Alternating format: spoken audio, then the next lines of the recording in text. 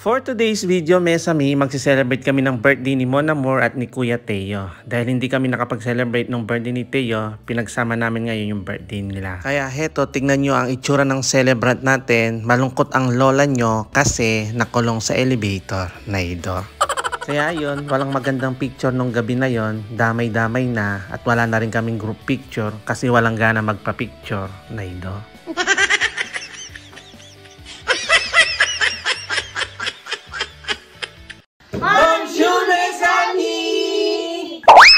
Kaya before anything else, walang handaan kapag walang handa syempre. Kaya dumaan muna ako sa pangmalakasang paborito ni Mon Amour dito sa KFC.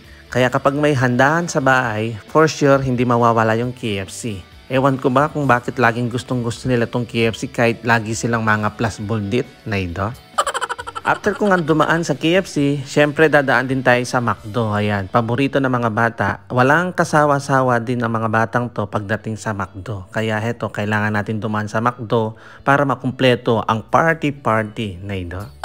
At pagkalabas ko nga sa trabaho is diretso na akong bumili ng mga request nila. Buti na lang malapit lang ako dito sa mga bilihan at hindi na ako tinamad papunta dito sa Castellan. At sabay na rin pala dumahan ako sa mga bilihan ng bulaklak para mabilhan ko ng bulaklak si Mon Amour. Kahit sabihin niya na ayaw niya, kailangan pa rin natin mag-effort kasi birthday niya. Tsaka madalang ko lang din naman siya bigyan ng bulaklak. Bukod sa Valentine's, birthday niya, Mother's Day. Ayan, kailangan lagi may flowers ako sa kanya kapag birthday niya. Bali, worth 10 euro lang naman yung binili ko dyan. Bali, tigfa 5 na rose. Bali, 2 rose ang binili ko. Tapos, naawa yata yung nagtitinda sa akin. Dinagdagan niya ng design at dinagdagan pa niya ng konting bulaklak. Kaya, medyo pinaganda niya. Kaya sabi ko, salamat ng marami kasi para yan sa asawa ko. Birthday niya. Bali, dinagdagan niya yung mga kulay white at saka yung mga hindi pa namumukadkad. Ayan, ang ganda niya. At pagkadating ko nga sa bahay, kailangan may pa-surprise. Heto.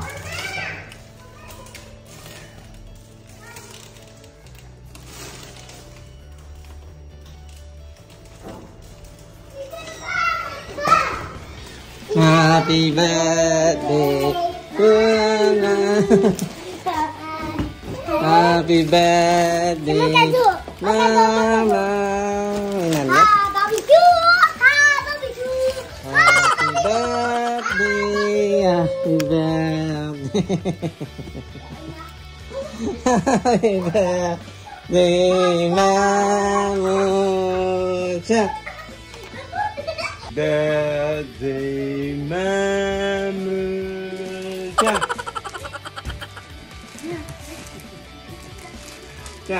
Happy birthday, Mama.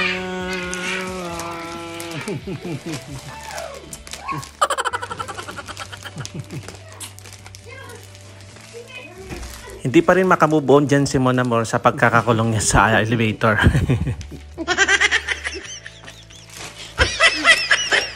Inay niya? Etod ka?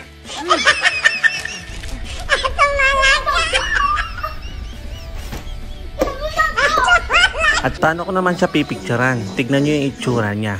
Naido.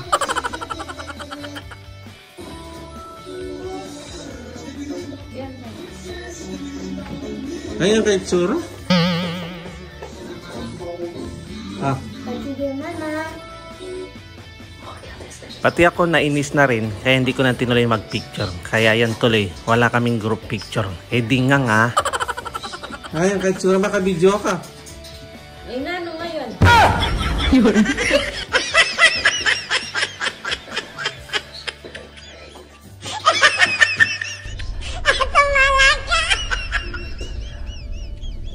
Dahil wala sa mood magpa-picture ang beshi nyo, si Kuya Teo na lang ang pinicturan ko at binidyo.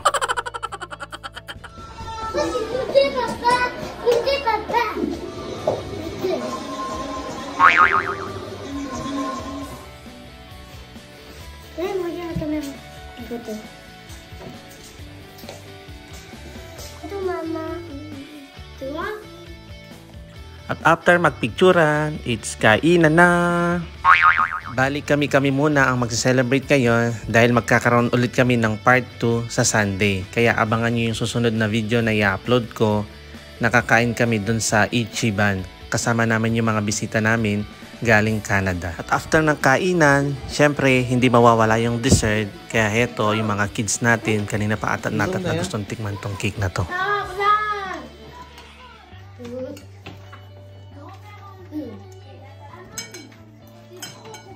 Masarap, Roy? Ito Ateo. Ayaw mo? Kainin mo na yan. Tingnan mo yung dalawa, oh. Masarap daw. Kainin mo na.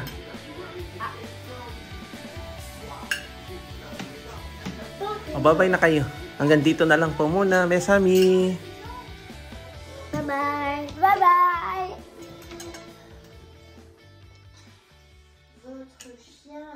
Thank you for watching. Again to